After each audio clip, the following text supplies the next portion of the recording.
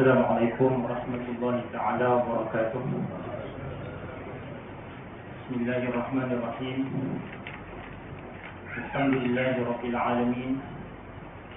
Wassalatu wassalamu ala asyrafil anbiya'i wal mursalin wa ala alihi wa sahbihi ajma'in. Wala hawla wala quwwata illa billahil 'aliyyil 'azim. Wala hawla wala quwwata illa billahil 'aliyyil 'azim. Wala hawla wala quwwata illa billahil 'aliyyil 'azim. رب اشرح لي صدري ويسر لي أمري واحلل عقدة من لساني يفقهوا قولي. اللهم لا سهل إلا ما جعلته سهلا وأنت تجعل الحزن إذا شئت سهلا. اللهم إني أعوذ بك من أن أضل أو أضل أو أذل أو أذل أو أظلم أو أظلم أو أجهل أو يجهل علي. اللهم علمنا ما ينفعنا وانفعنا بما علمتنا وزدنا علما وارزقنا فهما. اللهم إنا نسألك علما نافعا ورزقا واسعا وعملا متقبلا وشفاء من كل داء. آمين يا رب العالمين. ثم أما بعد. Alhamdulillah. Pertama-tama saya mengucapkan jazakumullah khairan katsiran kepada Ustaz Khalid sedikit pengenalan tadi. Terusnya yang berbahagia kepada Tuan-Tuan Imam, Tuan Bilal, pengurusi dan seluruh ahli jatuhan puasa Surau Al-Ikhwan, dan seterusnya kepada semua muslimin muslimat, hadirin wal hadirat, hafizakumullah wa ra'akum fi sihhatin wa afiyah. Yang pertama sekali kita syukur pada Allah Subhanahu wa taala kerana hanya dengan limpah kurnia daripada Allah Subhanahu wa taala saja pada malam yang berbahagia ini, setelah kita diberikan taufik untuk melaksanakan perintah Allah Subhanahu wa taala yang paling besar, iaitu solat maghrib yang Allah taala kurniakan untuk kita laksanakannya secara berjemaah. Satu nikmat yang sangat agung. Dan setelah itu kita diberikan taufik dikumpulkan bersama-sama di dalam satu majlis yang maksud utamanya adalah untuk kita memahami apakah perintah Allah Subhanahu wa taala yang ada ke atas kita semua. Jadi yang pertama sekali, yang kedua, seterusnya saya nak sikitlah. Tadi apa Ustaz Falik beritahu kepakaran kan. Hakikatnya saya bukan pakar lah. Yang pertama sekali saya walaupun adalah dalam apa yang Ustaz Falik baca tadi, pernah dijemput sebagai panel pakar, panel jemputan syarat pakar yang Bahasa Mufti Negeri Selangor. Satu pernah terlibat dalam program Basuh Masail. Basuh Masail ini adalah satu program di mana para penyelidik fatwa di jabatan-jabatan mufti membahaskan satu isu secara mendalam. Jadi, dan Basuh Masail ni dia bahasa Arab kan. Bahasa maksudnya mengkaji masalah itu, masalah-masalah agama, secara khususnya masalah-masalah fiqh lah. Dan program Basuh Masail ini adalah satu program yang diperkenalkan oleh guru saya, iaitu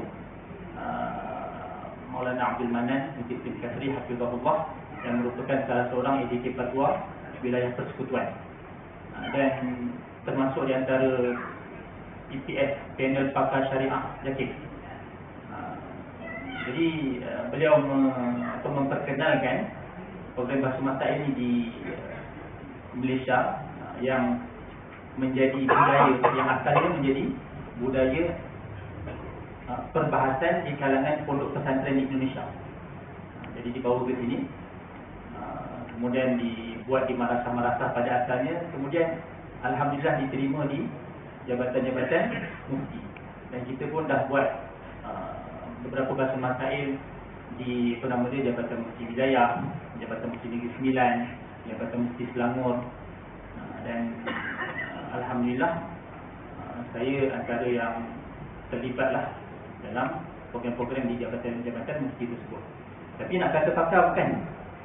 Saya cuma hakikatnya saya hanya masih lagi belajar, mengkaji sebab ilmu ni dia tak akan habis untuk dikaji. Itulah lebih kurangnya. Dan pengenalan kepada buku ni. Jadi buku ni adalah buku terbitan Ma'had Al-Mustafa, tempat di mana saya belajar dan saya sekarang ni berkhidmat di sana, di Batangan. Dan ini adalah salah satu buku yang dah berapa kali tercetak ni, rasanya dah 6 kali kot, ke 5 kali. Dan muamalat ni dia sentiasa, buku ni khusus mengenai muamalat semasa. Dan oleh kerana muamalat semasa ni dia sentiasa berkembang, dia sentiasa dia ada produk-produk baru, ada masalah-masalah baru, maka buku ni sentiasa revisi, dikaji, disemak semula, dan ada part-part yang ada dalam cetakan lama dibetulkan, ditukar. Dan ini yang cetakan yang terbaru dengan hardcover ni. Dan selain daripada ni ada banyak lagi lah dalam cetakan ni, ada lebih daripada 10 lah buku-buku yang telah diterbitkan oleh Ma'had Al-Mustafa Batangan. Jadi Al-Mustafa Publication ni adalah syarikat penerbitan madrasah Ma'had Al-Mustafa. Dan kebanyakannya memang kita fokus mengenai fiqh. Kebanyakannya fokus mengenai fiqh. Baik, itulah lebih kurang pengenalan berkenaan kitab yang yang akan kita insya-Allah buka dan kaji dalam jadual saya di sinilah, insya-Allah taala. Selama masih ada rezeki, masih lagi ada nafas, datang sini, insya-Allah inilah kitab yang akan kita pelajari. Cuma buku ni kita tak buka, maksudnya daripada mula selai-selai, tak. Kita akan tengok apa yang sesuai. Masalah-masalah tertentu nanti kita akan tengok tajuk, lepas tu kita akan buka satu tengoklah. Dia tengok buka nanti kat tengah. Itulah. Dia bukannya ikut turutan muka surat dan bab-bab yang ada dalam kitab ni lah. Sebab ada perbahasan-perbahasan yang dia lebih khusus, dia teknikal, dia sangat teknikal dan khusus untuk ahli akademik. Dia sesuai untuk ahli akademik sahaja. Jadi kalau kita baca boleh, tapi kena menuntut daripada awal. Ini untuk muamalat semasa yang kita sentiasa gunakan. Maka kita akan tengok pasal-pasal ataupun bab-bab yang tersebut. Baik, jadi seperti mana yang dimaklumkan oleh Fadil Safari tadi, kita malam ni tak buka lagi lah kitab ni, kan? Jadi malam ni saya bincang dengan beliau yang saya kalau boleh setiap jemputan ataupun setiap pertama kali saya datang di satu tempat, saya nak terangkan mengenai fiqh dulu secara khusus. Jadi malam ni insya-Allah kita akan bincangkan, muzakarahkan apa yang disebut sebagai fiqh. Bila kita sebagai fiqh, orang Melayu sebut fiqh, kan? Bahasa Arab disebut sebagai apa? Fiqh. Fiqh lah. Jadi bila kita sebut fiqh, kan, selama ni kita mungkin dekat surau ni ada kuliah fiqh, mengaji fiqh. Jadi fiqh tu apa? Fiqh tu apa? Jadi pertama sekali kita kena faham dulu apa maksud perkataan fiqh. Fiqh diambil daripada bahasa Arab al-fiqhu. Al-fiqhu maksudnya adalah al-fahm, maknanya memahami. Fiqh maksudnya adalah faham. Itu menurut bahasa. Tapi menurut istilah, maksudnya penggunaan para ulama terhadap kata-kata fiqh, maka fiqh bermaksud apa? Mengetahui ataupun pengetahuan terhadap hukum hakam syariat yang berkaitan dengan perbuatan hamba, dengan perbuatan mukallaf. Jadi dalam pengenalan tadi, dalam ta'rif ataupun definisi tadi kan. Yang pertama kita beritahu apa? Pengetahuan ataupun ilmu terhadap hukum hakam syariat. Hukum hakam syariat yang melibatkan apa? Perbuatan seseorang hamba. Dan bila kita sebut melalui perbuatan yang berkaitan dengan perbuatan, maksudnya fiqh ni dia tak bahas mengenai iktifad. Fiqh secara khusus dalam istilah penggunaan para ulama daripada dulu sampailah sekarang adalah membahaskan mengenai apa hukum perbuatan kita. Apa hukum perbuatan kita. Jadi ia tak membahaskan mengenai masalah iktifad, keyakinan kita, yang mana itu dibahaskan di dalam ilmu tauhid ataupun ilmu tauhid lah kan, ilmu tauhid. Dan ia juga tidak membahas mengenai akhlak dan keadaan hati kita. Keadaan hati kita, adakah kita khusyuk kepada Allah, hati kita sentiasa merasa zuhud, membersihkan hati daripada sifat-sifat mazmumah, menghiasinya dengan sifat-sifat mahmudah. Itu perbahasan di dalam ilmu yang disebut sebagai ilmu tasawuf. Jadi fiqh secara khusus hanya membahaskan mengenai apa hukum perbuatan kita sehari-hari. Apa hukum perbuatan kita sehari-hari. Dan ketiga-tiga ilmu yang saya sebutkan tadi itu adalah disiplin yang telah digariskan oleh para ulama berdasarkan banyak dari Al-Quran dan hadis. Dan antara yang paling masyhur di dalam pembahagian ilmu tersebut adalah satu hadis yang masyhur disebut sebagai hadis Jibril. Hadis Jibril. Hadis ini panjang, di mana pada satu hari Sayyidina Umar radhiyallahu anhu, hadis riwayat Sayyidina Umar radhiyallahu anhu yang diriwayatkan dalam sahih Sahihain, dia menyebutkan bahawa satu ketika Jibril alaihissalam yang datang menyamar dalam rupa bentuk seorang lelaki yang tidak dikenali oleh siapa-siapa sahabat di kalangan sahabat waktu itu, datang dan bertanya beberapa soalan. Apa soalannya? Secara ringkas, mal Islam dan mal iman. Apakah dia iman? Apakah dia Islam? Apakah dia ihsan? Apa tanda-tanda hari kiamat? Jadi dalam hadis tersebut ulama menyimpulkan, bila ditanya apakah Islam, maka Nabi SAW jawab apa? 5 rukun Islam. 5 rukun Islam. Dan 5 rukun Islam tu itu melibatkan kita punya perbuatan. Perbuatan tu termasuklah apa? Perbuatan mulut kita. Mulut kita ada buat sesuatu kan, iaitu bercakap. Jadi ucapan kita, sembahyang kita, puasa kita dan segalalah. Dan termasuk juga perbuatan kita perkara yang melibatkan antara kita dengan orang lain. Dengan orang lain. Jadi itu Islam. Kemudian seterusnya iman, rukun iman, yang mana nanti dia akan dibahaskan di dalam ilmu tauhid. Dan seterusnya ihsan, yang membahaskan mengenai perbuatan hati kita yang biasa disebut sebagai ilmu tasawuf. Jadi bila sebut fiqh tadi, kita kembali kepada fiqh. Fiqh tadi apa? Mengetahui hukum hakam hukum hakam syariat yang berkaitan dengan perbuatan manusia.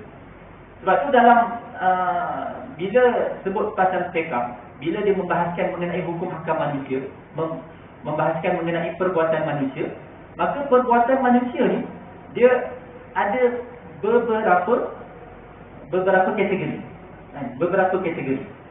Maka terbahagilah fiqh ni kepada 4 rumuk ataupun 4 bahagian besar. 4 bahagian besar. Yang pertama bahagian ibadat. Yang pertama bahagian ibadat. Kita panggil rumuk ibadat. Bahagian ibadat. Ibadat tu apa? Taharah kita, solat kita, puasa kita, haji kita, zakat kita. Itu ibadat. Yang kedua, rumuk besar yang kedua adalah muamalat. Adalah apa? Muamalat. yang saya kira realiti masyarakat kita sekarang ni, kita mungkin banyak kuliah-kuliah ibadat mengenai perbahasan solat, puasa, haji, insya-Allah banyak, dan masyarakat kita tidak menjadi masalah dalam memahami perbahasan rukun ibadat, bahagian ibadat. Hukum hakam syariat yang melibatkan ibadat. Maksud ibadat apa?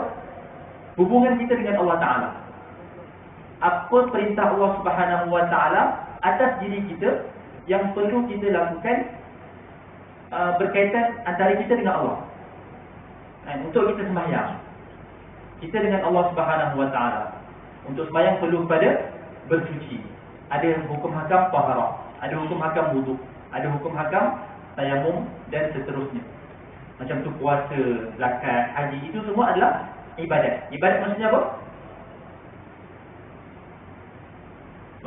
Apa nama dia? Tuntutan Allah Subhanahu Wa Ta'ala yang perlu kita buat antara kita dengan Allah. Seterusnya ada muamalat. Muamalat ni adalah apa? Adalah hukum hakam yang berkaitan dengan bahasanya bertransaksi ataupun apa nama dia, urusan-urusan antara kita dengan orang lain. Urusan antara kita dengan orang lain yang melibatkan harta. Urusan antara kita sesama kita yang melibatkan harta. Pertukaran harta yang dipanggil jual beli ataupun sewa menyewa, apa nama dia, wasiat, seterusnya apa nama dia, perwarisan. Itu semua termasuk di dalam perbahasan muamalat. Muamalat.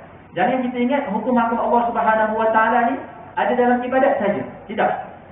Fiqh dia, hukum hakam syariat ni bersifat syumul. Dia melengkapi seluruh kehidupan kita. Daripada antara kita dengan Allah, antara kita dengan manusia, dan antara kita dengan manusia ada beberapa perkara. Yang pertama tadi apa? Melibatkan harta, pertukaran harta antara satu sama lain. Itu muamalat. Kemudian ada rukuk ketiga, bahagian ketiga fiqh. Dia pun rukuk pertama ibadat, yang kedua muamalat, yang ketiga munakahat. Munakahat, hubungan antara kita dengan orang lain yang melibatkan apa nama dia, suami isteri. Kemudian ada hukum hakam mahram. Siapa yang boleh menjadi mahram kita? Siapa yang sekian-sekian yang dibahaskan di dalam munakahat. Macam mana apa nama dia, rujuk, macam mana talak, macam mana apa nama dia, khulu', apa nama dia, ta'liq dan sebagainya. Itu dalam munakahat. Dan seterusnya jinayat. Seterusnya apa? Bahagian yang akhir, jinayat. Jinayat, hubungan antara kita sesama manusia, hubungan apa, perkara yang berkaitan sesama manusia yang melibatkan kalau berlaku apa-apa kesalahan antara satu sama lain, apa hukum dia. Dan itu semua ada dibahaskan di dalam hukum hakam fiqh, di dalam ilmu yang disebut sebagai ilmu fiqh. Jadi ilmu fiqh ni bukan tertumpu pada apa, ibadat saja, bukan munakahat saja, tapi ia melibatkan semua perkara. Semua perkara yang kita buat dalam dunia ni kan ada hukumnya di sisi Allah Subhanahu Wa Ta'ala, dan hukum tersebut adalah dinamakan sebagai hukum fiqh. Dinamakan sebagai hukum fiqh. Jadi bila kita nak mempelajari ilmu fiqh ni, maka kita kena jelas bahawa ni ilmu fiqh ni adalah ilmu yang berkaitan dengan apa yang kita dah sebutkan tadi. Dan apa, bila kita nak belajar satu-satu ilmu kan, maka kita kena tahu apa benda. Sebab tu hari ni kita panggil kuliah ni muqaddimah fiqh, ataupun dalam bahasa ni madkhal, pengenalan kepada ilmu fiqh. Sebab apa kita kena kenal dulu ilmu fiqh? Supaya kita jelas apa tujuan kita belajar, jelas apa maksud kuliah pada malam ini. Dan seterusnya, untuk lebih kita menghargai kan ilmu yang kita belajar, maka kita kena tahu apa dia punya kelebihan. Maka kelebihan mempelajari ilmu fiqh ni secara umumnya banyak disebut di dalam apa nama ayat Quran, di dalam hadis. Secara umum fiqh ni termasuk daripada ilmu-ilmu syariat, maka apa-apa kelebihan yang kita dengar mengenai ilmu-ilmu agama, maka itulah kelebihan yang sama untuk ilmu fiqh. Dan antaranya apa nama dia, Allah SWT beritahu apa? Qul hal yastawi alladhina ya'lamuna wal ladzina la ya'lamun.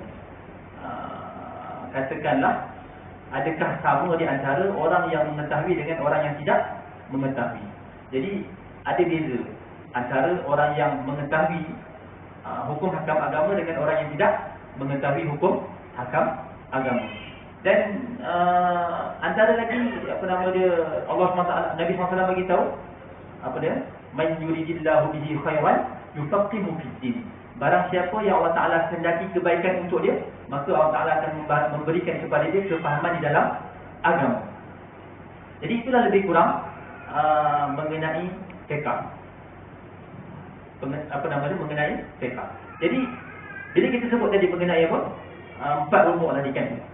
4 rumuk tadi yang disebut sebagai yang ada di dalam fiqh, ilmu fiqh, maka kita nak tahu fiqh ni bersumber daripada apa? Bersumber daripada mana? Kan kita cakap ilmu fiqh kan. Kalau kat sini fiqh daripada apa yang kita nak kuliah ni, apa lagi tak? Kitab yang dipelajari fiqh kat sini. Safinah kan. Jadi kita belajar contoh dia kan, belajar kitab apa, buku Fahami Muamalat Seharian Anda. Kan, lepas tu ada apa, belajar Safinatun Najah contoh. Belajar apa? Safinatun Najah. Safinatun Najah khusus memang bab ibadat sahajalah. Okey, jadi bila kita belajar kitab Safinatun Najah kan, pernah tak kita terfikir kenapa kita kena belajar kitab ni? Kenapa kita kena belajar buku ni? Buku fiqh dan buku fiqh. Tadi kita cakap maksud fiqh adalah apa? Mengetahui hukum hakam syariat. Mengetahui hukum hakam syariat. Bila kita sebut hukum hakam syariat, maka syariat ni adalah apa yang syariat ni apa? Syariat adalah apa yang diajarkan oleh Nabi SAW. Adalah apa yang dibawa oleh Nabi SAW, diajarkan kepada umat melalui wahyu daripada Allah Subhanahu Wa Taala, yang Allah Subhanahu Wa Taala turunkan dalam 2 perkara. Iaitu yang pertama di dalam kalamullah, iaitu Al-Quran. Di dalam Al-Quran.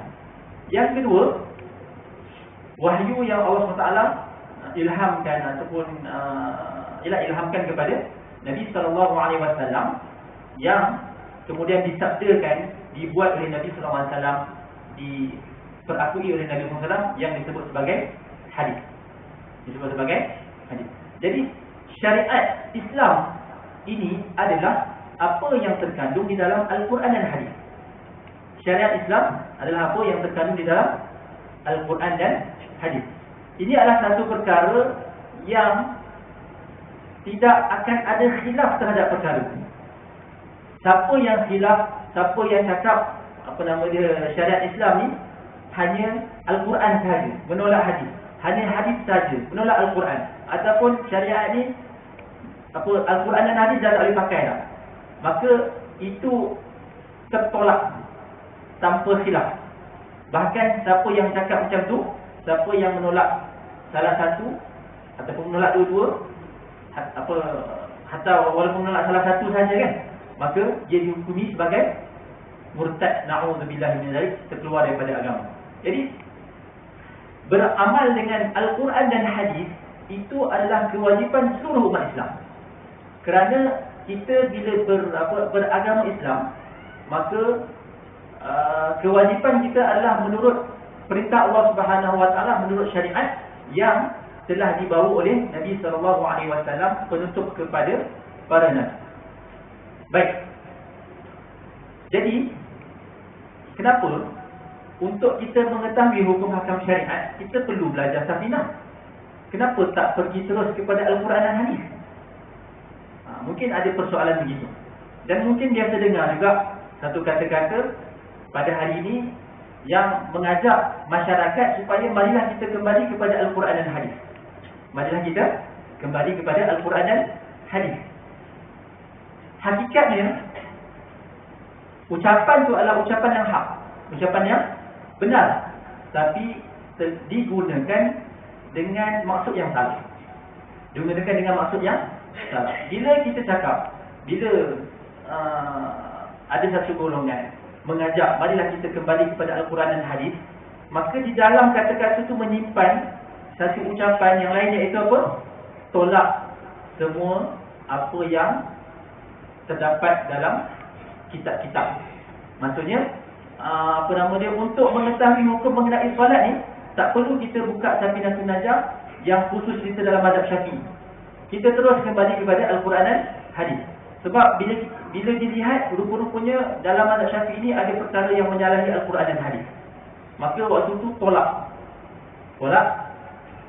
kitab fiqh yang ada yang mazhab ni, mazhab Syafi'i ini, dan kembali kepada Al-Quran dan Hadis. Maka itu adalah satu doktrin yang tak betul, yang silap, yang salah. Jadi kita kena tengok macam mana perkembangan fiqh, macam mana umat Islam daripada dulu sampailah sekarang mengamalkan agama.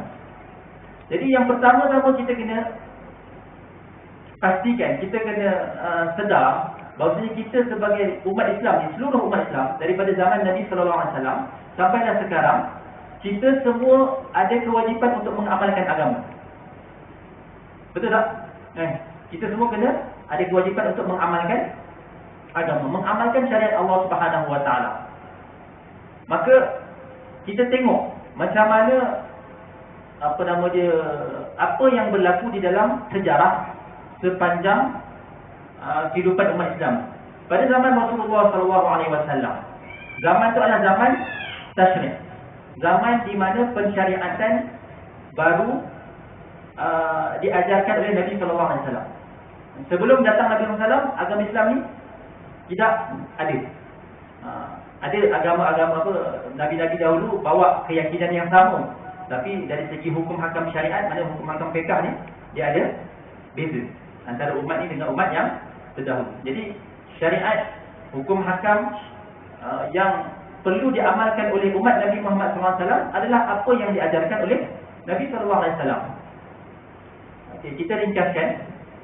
Sebenarnya pelajaran ni kalau nak ikut banyak tarikh, dia punya tajuk dia tarikh pensyariatan, sejarah pensyariatan Islam ataupun pengenalan kepada ilmu fiqh.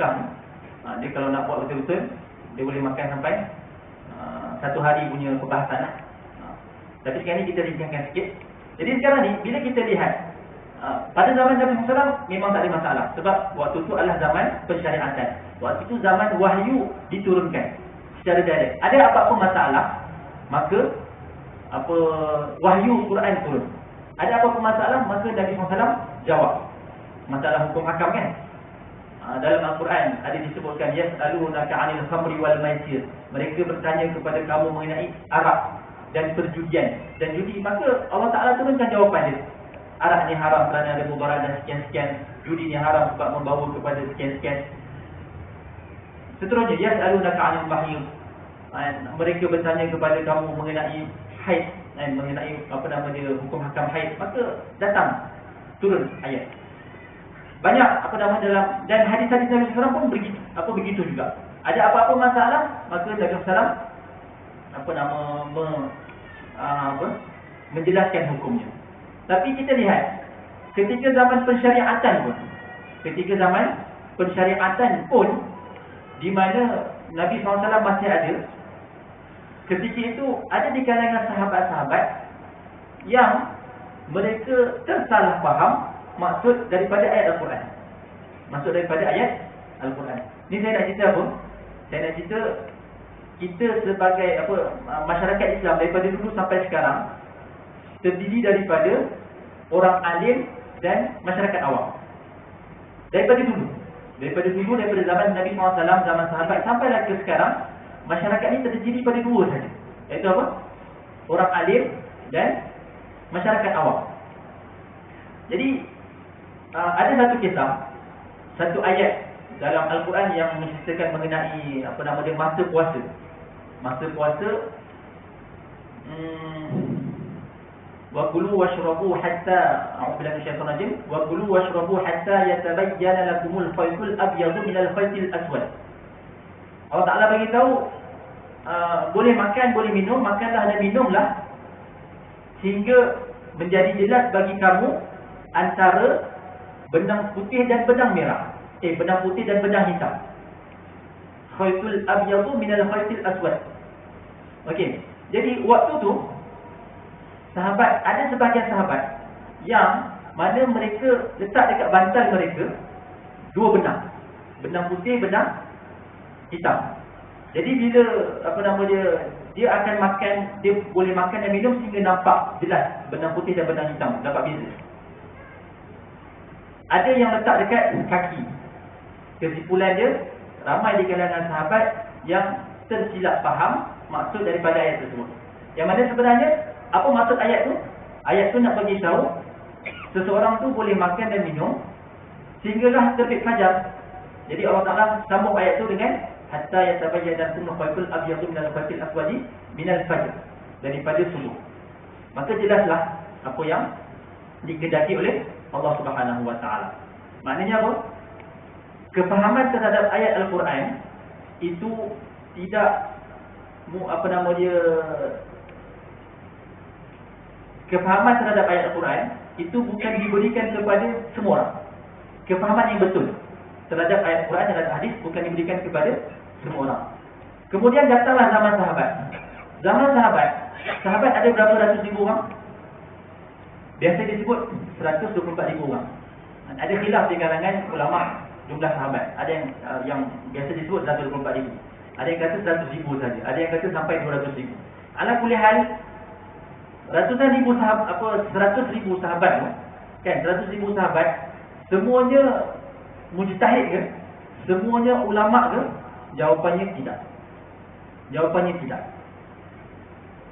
Imam Ibn Qayyim Al-Jawziyah rahimahullahu taala, beliau menyebutkan di dalam A'lamul Muwaqqi'in, satu kitab yang masyhur untuk para mufti, beritahu mufti di kalangan sahabat yang berfatwa di kalangan sahabat, yang diriwayatkan ada fatwa di kalangan mereka hanyalah 170 orang lebih sahaja. 170 orang lebih. Azan dulu.